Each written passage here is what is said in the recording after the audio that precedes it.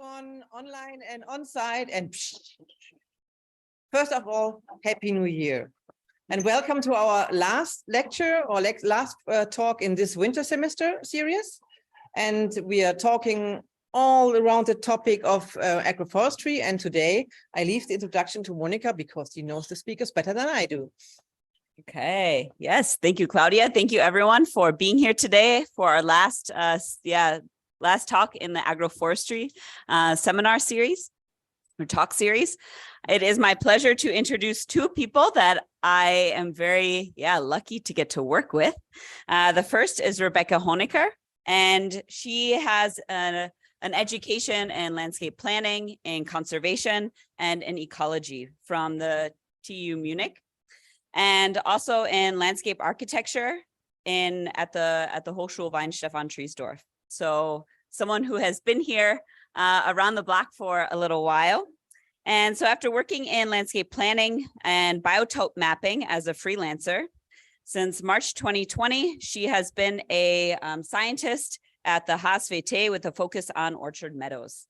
And since 2020, she has been supporting orchard meadow research in Niederbayern, and specifically in Lallinger Winkel. And she has been doing a lot of ecology in this space, thinking about climate change, et cetera, and also thinking about how we can implement more participatory research practices in the work. And so she has been connected to Orchard Meadow since she was a child, because her family also has an orchard meadow in Baden-Württemberg, where she has spent a lot of time. So thank you so much, Rebecca and Voraus. And then I will also introduce Niklas Hogel, who has been in our group just under, 3 months now, 2 months, and he also has been here for a little while, studying at the TU Munich.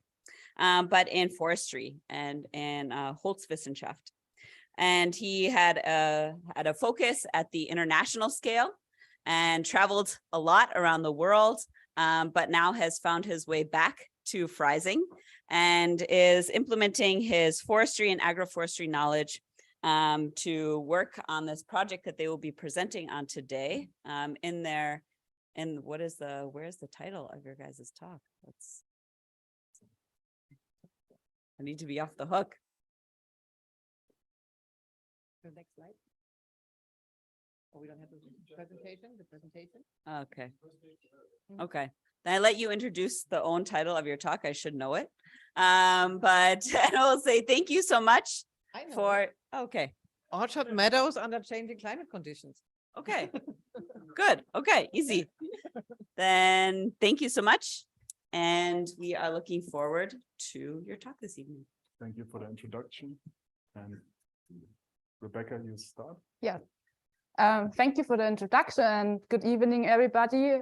We are glad to be here tonight to have a talk about orchard meadows, my favorite topic. So when we talk about orchard meadows, we talk of a cultural ecosystem where the fruit production and the production of fodder is combined. So we have a double use. So that's only possible because we are using high stem trees. That means we use trees where the ground starts at a height of 1.60 meters at least. So that makes it possible to have a meadow underneath to use.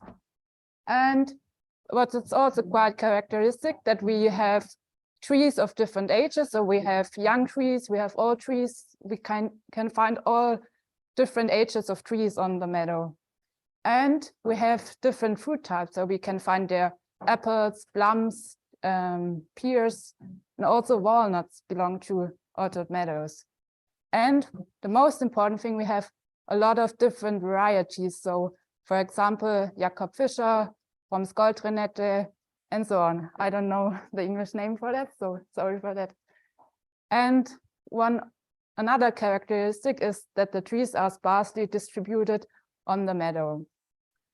And all those characteristics allow a management without pesticides.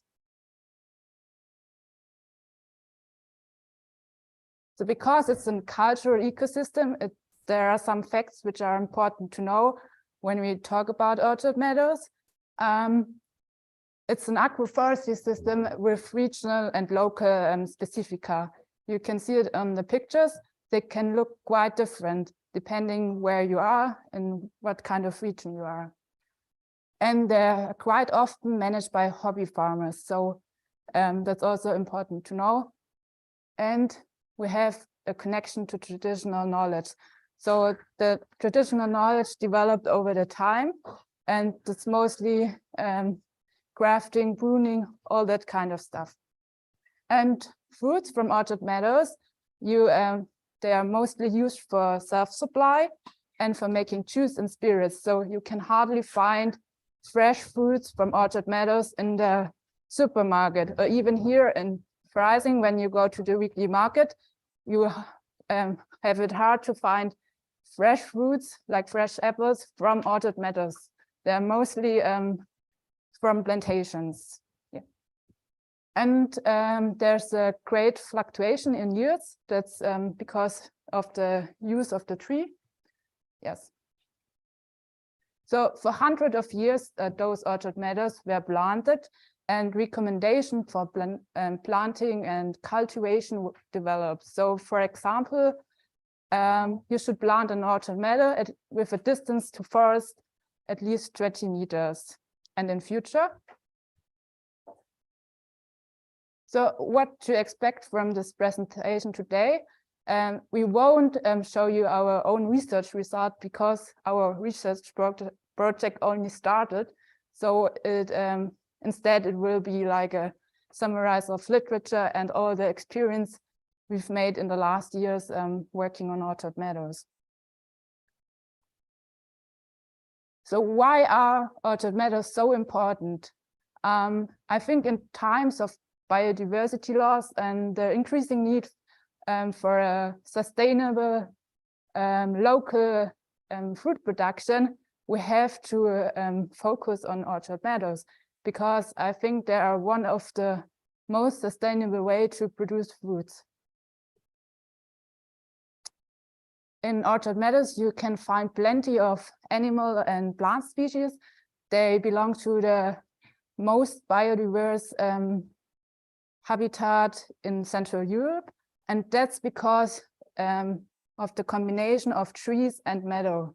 So you have like breeding habitats next to hunting habitats, and you have shady areas, you have sunny areas.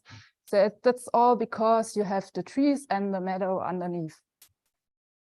And it's influenced by many factors. So not every orchard meadow is really biodiverse. It's really depending how you manage the ground cover underneath, if you mow it or if you have animals on it. And it's also depending on the site condition for sure, and the age of the tree stand. So an orchard meadow is really depending on the age of the trees, how biodiverse it is. So we have structures as the tree hollow here. They only develop if we have old trees. So that's the reason why older orchard meadows are more valuable for biodiversity.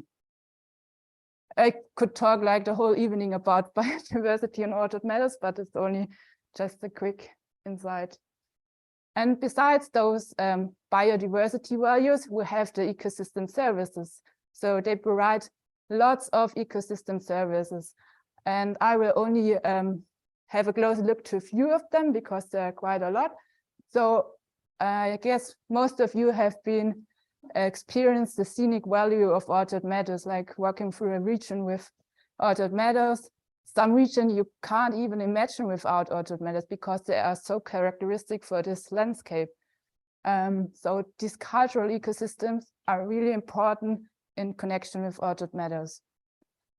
And also for the farmers who are managing the orchard meadows, I guess some of them, they do it because it's a hobby for them. So they have their office job and afterwards they go to the orchard meadow, and it's also kind of recreation for them.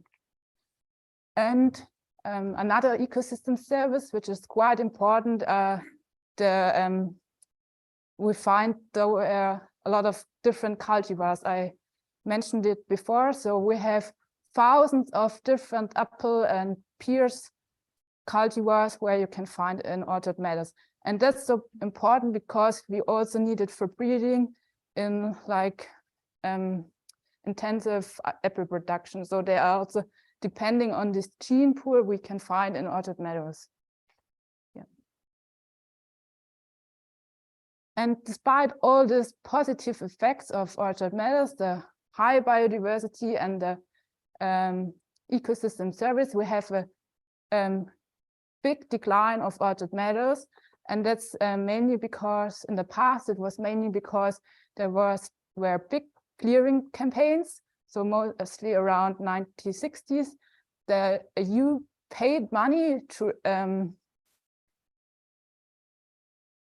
clear high stem trees instead of for planting low stem trees. So you can see it on the right. That's not a high stem tree anymore. That's like a low stem tree or dwarf fruit tree.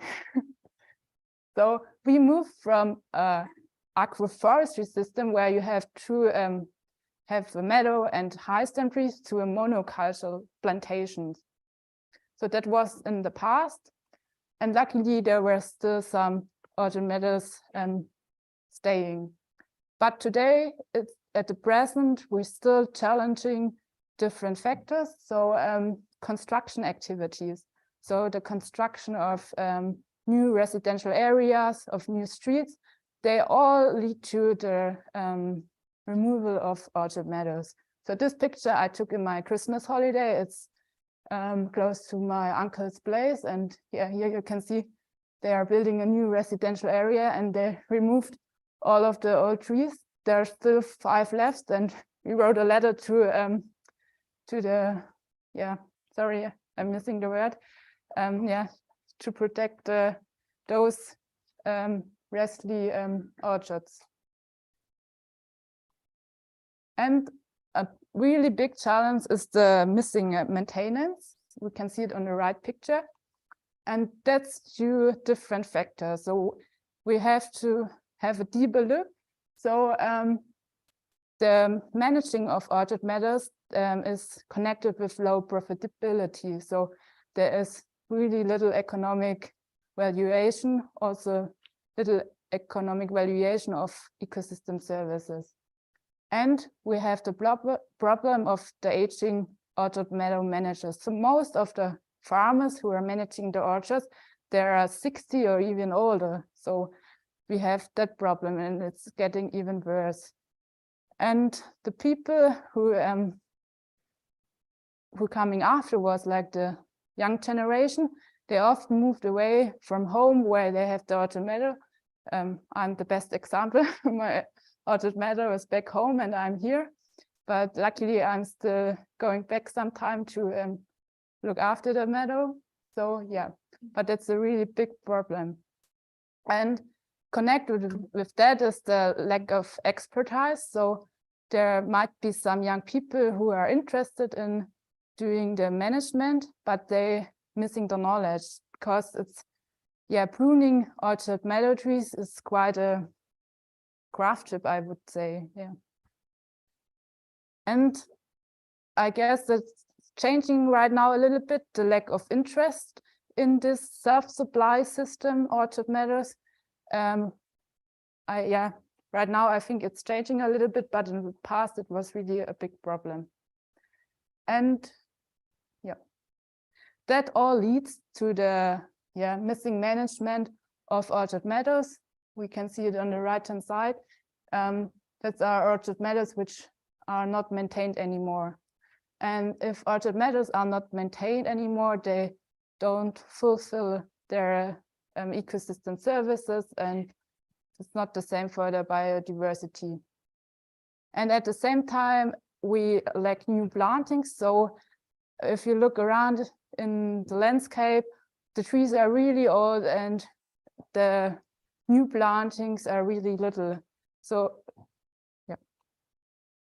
other challenges, which is more focusing on the how they use the fruits. So it's a problem to bring fruits in the supermarket. I mentioned it before. It's mainly because of the trade regulations. So orchard meadow fruits, you can imagine if you don't use pesticides, they don't look as an apple when you grow it in a plantation with pesticides. And also the consumers demands how the fruit should look like and how the fruit should taste like. That's also quite a big problem. And now we have this socioeconomic challenges facing those orchard meadows. And on top, we have those climate change challenges. So now we have a closer look to the challenges due to climate change. And I wrote impacts on orchard meadows, but mostly it's the impacts on the fruit trees, because it's quite hard to, in a presentation, to fulfill all impacts on the whole meadow. So we have a focus on the fruit trees.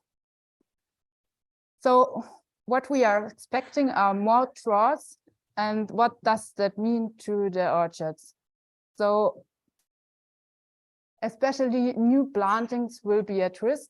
So we can already observe it when you plant a new tree, it's really hard to bring that new tree up without any watering. So it's almost impossible to plant new orchard trees without watering. Sure, depending on where you are, but most of the time it's not possible anymore.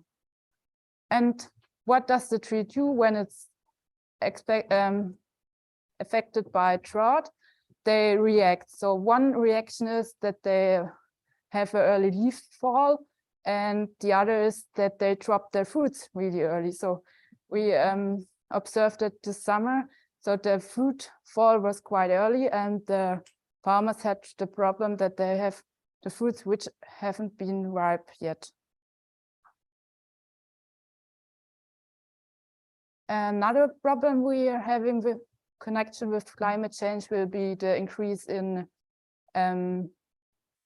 heavy rain events. So this will lead to that the surface runoff will increase, and just the water which is just running off won't be accessible for the tree anymore.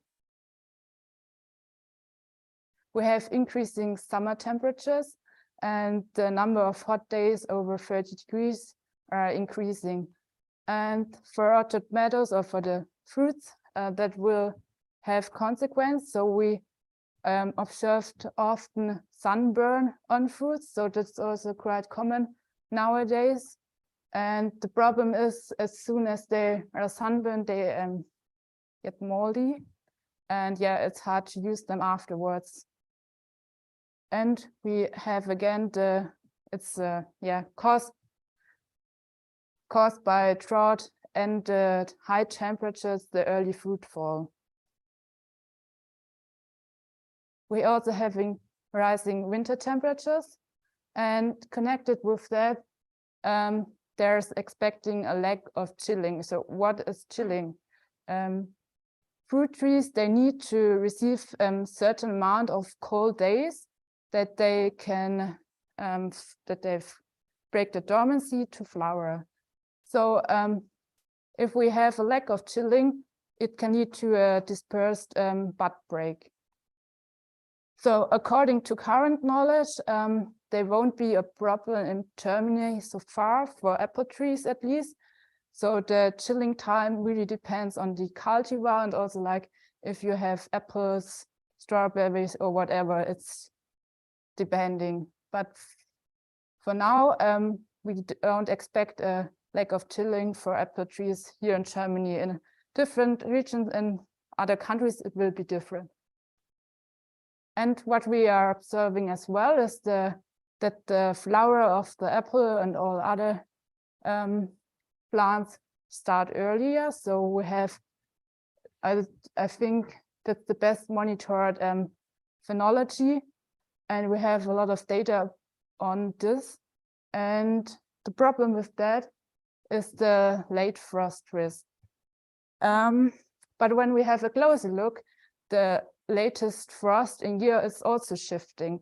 The problem is that this is not shifting that far as the phenology. So it's a potential risk of increasing late frost, but it's quite insecure and it's really depending where you are. And connected also with the rising temperatures, we have the increasing risk in pests and diseases. So that's mainly due to that pests surviving the winter, or they can have several generations. Yeah. For example, here we have the, sorry, I don't know the English word, the Apfelwickler and Schwarzer Rindenbrand. And they affect mostly trees which are all weakened by drought and high temperatures. So the main challenge of orchard meadows will be the drought, the high rising temperatures, and the increase in pests and diseases. That will have an impact on the tree vitality and the fruit quality and the quantity as well.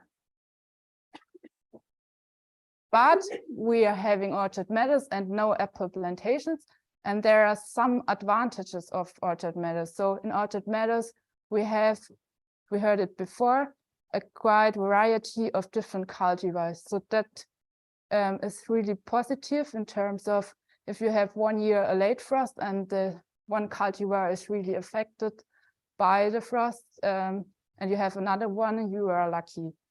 And we have a huge biodiversity.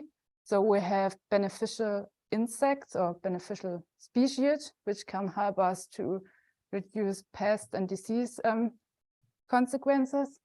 And we have trees with really strong root systems. That's really important for the water uptake.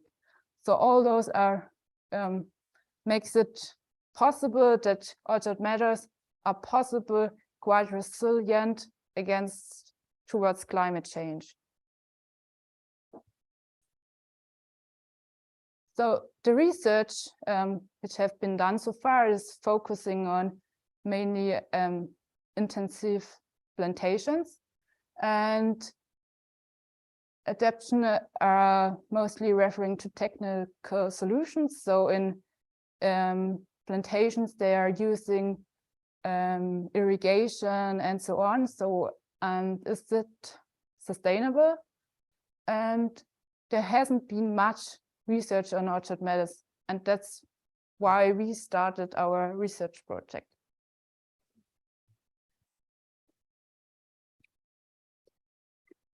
Microphone first.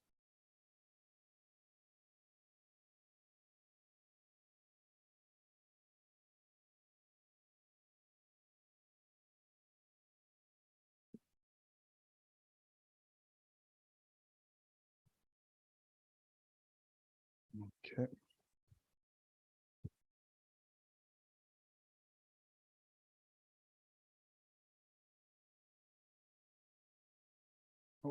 Okay, so thank you, Rebecca, for the presentation.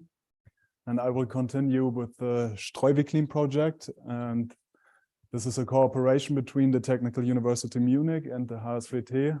And Rebecca and me are responsible for the project execution and coordination.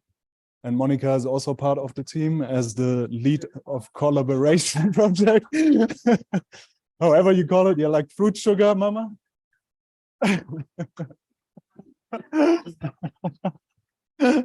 Thanks for the input. And the project duration is from October 2022 to September 2025, so roughly 36 months that we have for execution. And it's funded by the Bavarian State of Ministry of Food, Agriculture and Forestry. Why is it going into this? Oh my God. What is happening? Okay, this will put us back a little while. Sorry for that. Okay, there we are. Okay, So about the project, the Streuwiklim stands, of course, for orchard, meadows, and climate change, if you translate it. And as I already said, it's the collaboration between the HSVT and TUM. And the overall goal is to examine and evaluate the impact of climate change on orchard meadows in Bavaria. And it will also happen in collaboration with experienced orchard farmers. So it's a farmer science approach or citizen science approach, which I will come to later. And the main question is, in general, how does climate change affect the orchards? And how do factors such as farming practices, biodiversity, and structural richness contribute to the resilience of orchards against changing climatic conditions? So how can farmer science be a suitable method to examine ecological and meteorological dynamics of orchards? And the objective overall is to estimate the regional differences and develop sustainable adaptation strategies for the different climatic regions and soil types, maybe also of Bavaria. And from that on, we will derive best practice examples to guide future management and site selection. So why do we do this? As Rebecca has already mentioned, there's little research about the topic and mostly about plantation cultivation. And it has to be taken into account that long-term aspects such as drought damage, invasive pests and disease, and site characteristics and climatic change should be taken when planning and maintaining orchard meadows. So that's why we want to get to a point where we have a comprehensive database. And this can also help the farmers who have detailed local knowledge to execute the results that we will have. So what are the site requirements? We asked the people that they should only sign if they have at least 25 fruit trees, and they should be in an arrangement of over a wide area, as the Streuobstwiesen are usually. And the following are not eligible. It's inactive stands, orchard meadows with intensive recreational use, and areas where the orchard meadows are only arranged on tower-shaped land, because that wouldn't be representative for our study. But of course, new plantings are not excluded because we have a wide range of age classes in an orchard meadow. So what are the climate regions that we're going to do the research in? This is a classification of the LFU, and it mainly divides the different regions by annual precipitation, climate water balance, and the number of days with equal or over 30 degrees Celsius. So here you can see the gradient. So going from the northern part, you can see that Kitzing has quite little rainfall and has also a huge number of hot days. So this would be around here in the Main region. And on the other side, we have the South Bavarian hillland, or however you will translate this. And the South Bavarian hillland has more rainfall and also less number of days over 30 degrees Celsius. So here are the plots that we have taken. It's 5 regions with each 8 plots. So in total, we have 40 sites that we're gonna look at. And why did we choose the farmer science approach? So the farmer science approach has been has been used quite a lot during the last times, and it's a good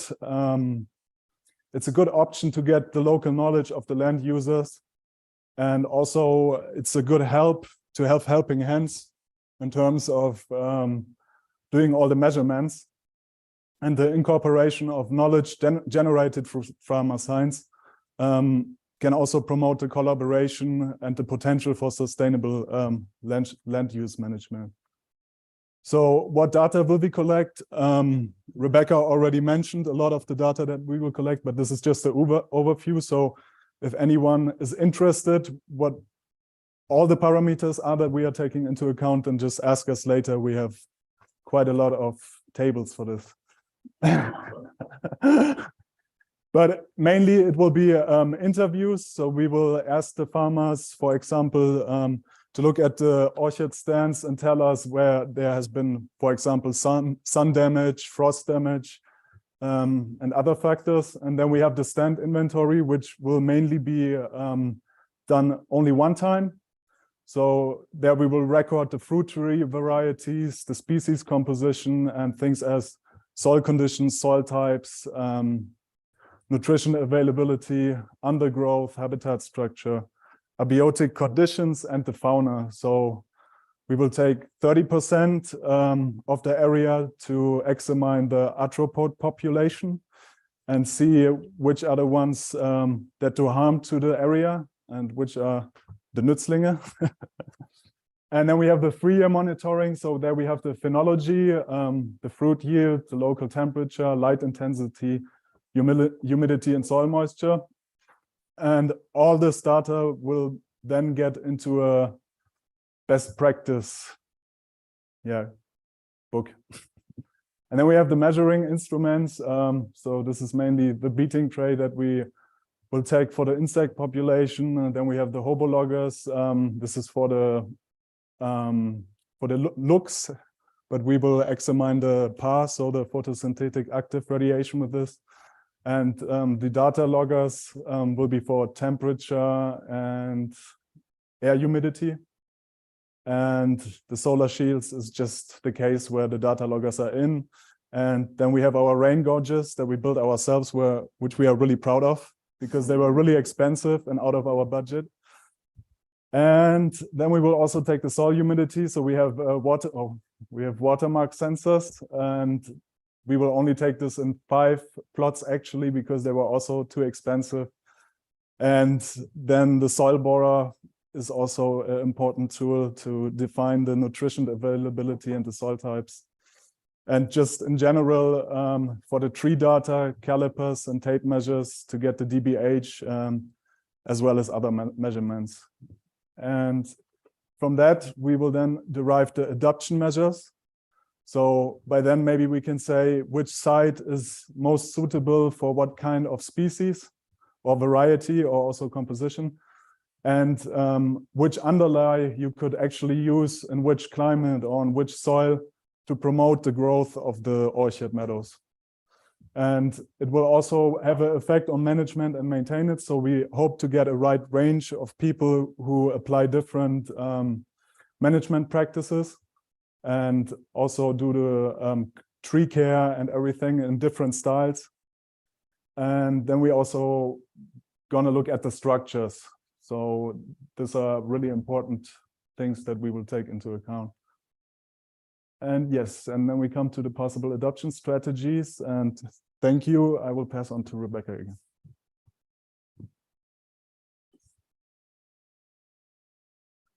Oh, the microphone.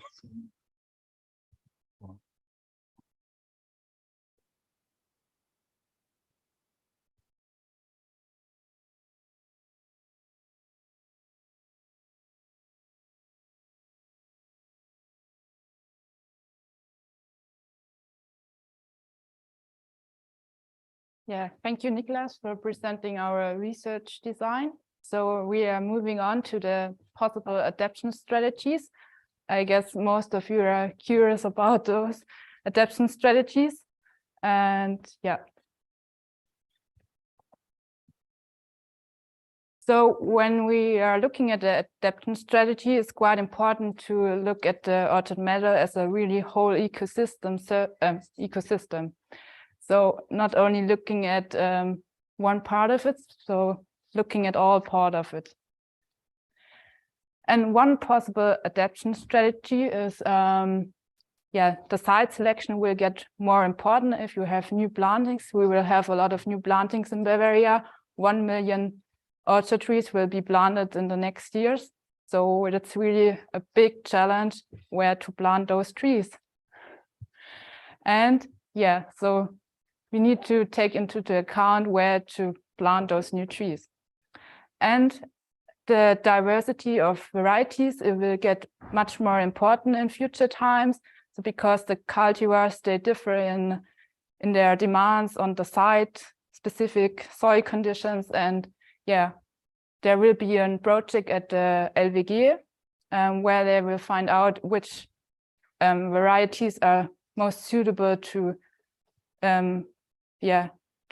special areas. And we could include new fruit tree species. That could be, for example, the chestnut or the mulberry and the almond. They were growing also in the past, or almonds, they are growing in the already growing in Germany. That are new species we could include in the orchard meadows. But the problem with that could be the following steps. So what are we doing with those fruits? If you have an orchard meadow just for yourself, for self-supply, I guess it won't be a problem. Instead of having apples, you have chestnuts or mulberries. It doesn't matter. But we are looking at orchard meadows as a economic factor, or where you want to sell fruits. We have to figure out what we are going to make with these fruits, and the existing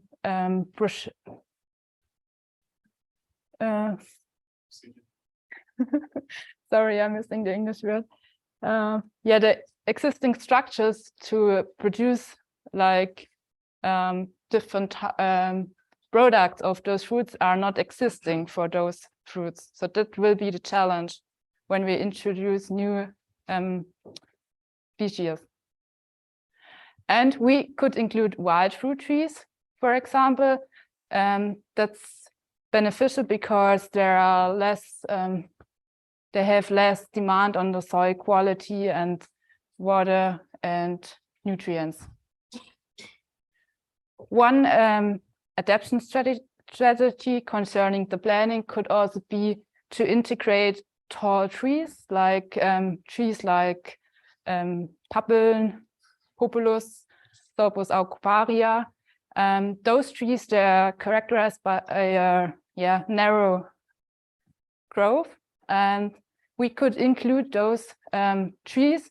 They make shade, possible the apple tree or pear tree underneath will be shaded by this tree, and that might be a possible adaptation against the increasing sunlight.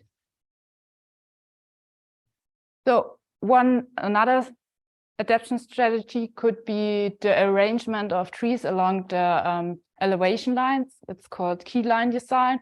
It's really an own topic, so I only will mention it here. So the people who are interested in key line design,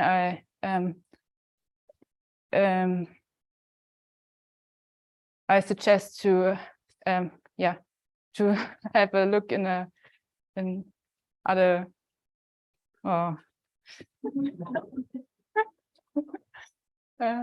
And another strategy would be the inclusion of habitat structures. That's so important because we need the beneficial species. I mentioned before the biodiversity is also depending on the habitat structures which are available, and we have a rise in pests and diseases.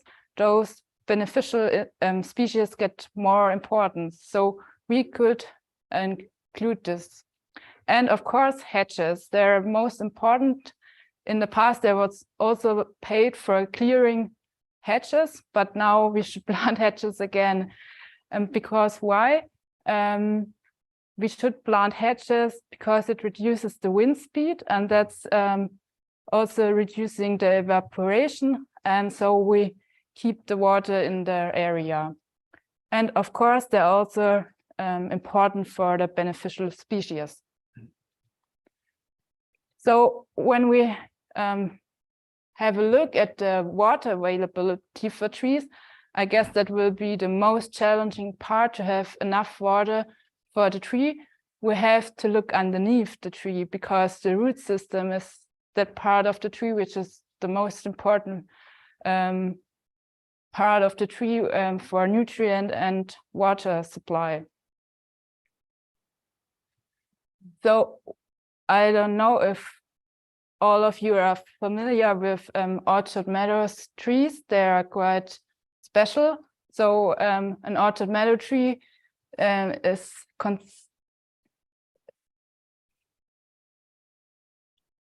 of a rootstock, which in orchard meadow growing is a Sämlingsunterlage. And on this rootstock, there is like a variety crafted. So the rootstock is different to the variety. So the rootstock, for example, would be Bittenfelder Sämling, and on top we could put a Jakobfischer, for example. That would be the variety.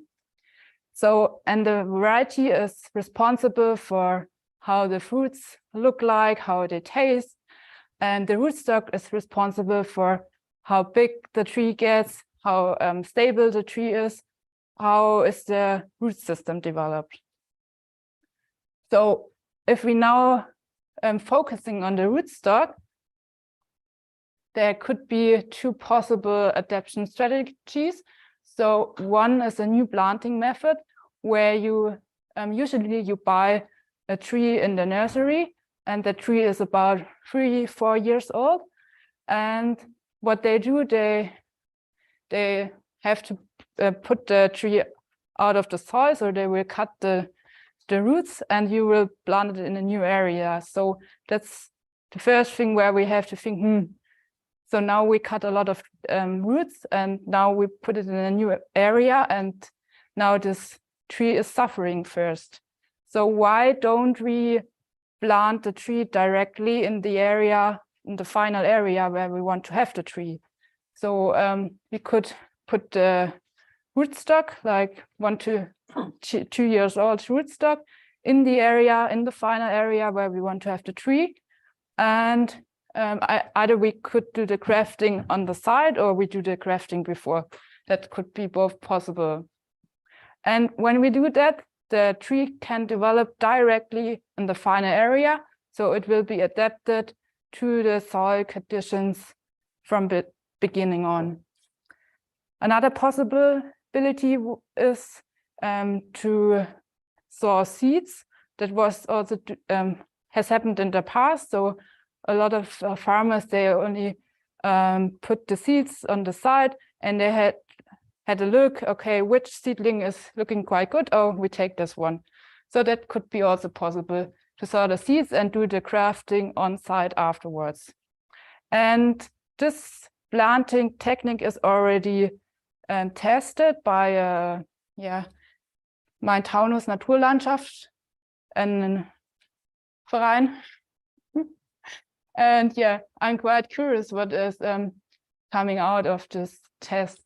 And I already had a request, a person who want to take part in our project, and he told me he also want to test this method. And yeah, I'm quite curious to involve such a area and also in our research project. Then when we look at the management, there could be also adaptations. So the pruning of the orchard meadow trees is quite important, and the pruning technique also developed in the last years, and it's still developing. And maybe we also have to have a look at the pruning. Maybe we can change some things in pruning to help the trees that they are more shaded, but at the same time that the fruits get enough light. So I guess that will be a big challenge. I don't have a solution for that now, but I think that's the point where we have to think about the pruning. And yeah, of course, it's really important to ensure the nutrient supply. Quite often we find orchard meadow trees on really bad soils, I would say, because it's the area nothing else could happen. So they planted orchard meadow trees there. And yeah, we have to ensure in future that there are enough nutrients available for them. And what is quite important if you are planting new trees is the Baumscheibe. I couldn't find any English word for that. I don't know. An open ring around the tree. You can see it in the photo. It's really important nowadays to have this Baumscheibe, because you reduce the competition with grass and other herbs for water. And there are lots of are the possible adaptations concerning management, and that's only a few of them. And that's also why we are doing our research project, to find out what could be possible adaptation strategies. And that's why we want to do it together with the farmers, because they already have quite a big knowledge. So when we're looking back to the beginning of our presentation, we can see that old knowledge is not thrown overboard, but rather we need a kind of adaptation of the old knowledge. So trees still should not be planted too close to the forest. This is not changing, because if you plant a tree, an autumn meadow tree, too close to the forest, it will grow in an angle to the light. So that knowledge will keep, but there were observations where they plant new trees next to the forest, and they observed that the trees which were close to the forest, they grew faster and better than the others, because they were facing drought and sunlight, and the tree close to the forest was shaded by the trees. So yeah. So what we could conclude, that orchard meadows are not only having high values in terms of biodiversity and ecosystem services, and also, the historical heritage.